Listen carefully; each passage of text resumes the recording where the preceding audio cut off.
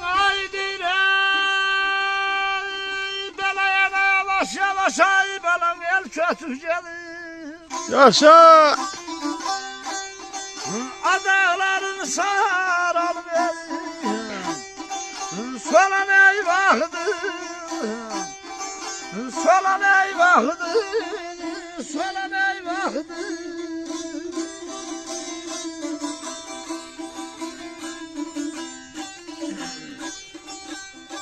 Gel belan ayrılıktan ey bela dolaklarım titreyay.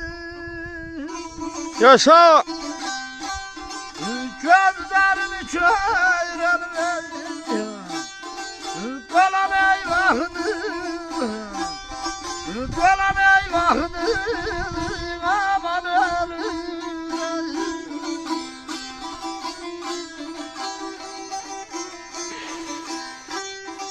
Yine yavaş yavaş el kötüsüdür. Dağların saralıp solan vaktidir. Ayrılıktan dolaklarım titreyen, gözlerim çöyrelip dolan vaktidir. Yaşa! Var olabilirler, var ol. Aşık senin kalan alın biraz vaziyet değişmişti. Demek olar ki taşlı hesli hal vaxtınıydı. Ve gör onda şair ne yazır. Görsen ömrüm gafilden file döndü. Aşık gözlerim naleni görmemiş gedi. Heste könlüm həsrət qalıb laleye, sarı bülbül ilə dərməmiş gedir.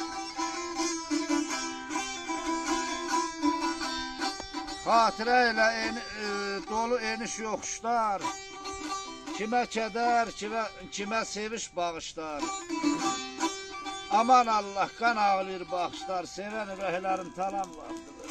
Yaşa!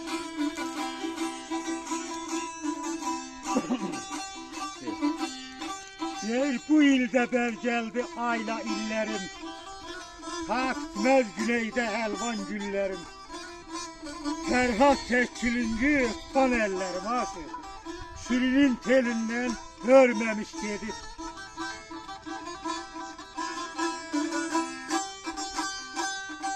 Deyir belə çölüm öyrənirdi ey belə borana qara.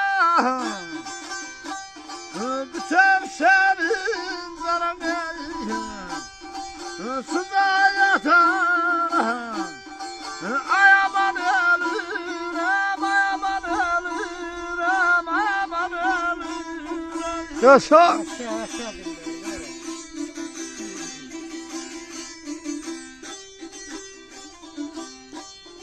Belə kim alan ey, belə kim qalan gələn bahar ay. Şairini cümandan kalan eyvahdır. Kalan eyvahdır. Aman ölüm. Könlüm öğrenipdi borana qara. Bütöv sevin sarası rayət hara. Kim ölə, kim qala gələn bahara, şairin cümanda qalan vaxtıdır. yaşa. Yaşa! Aşık deyil nə qədər sığındım ədalət şaha.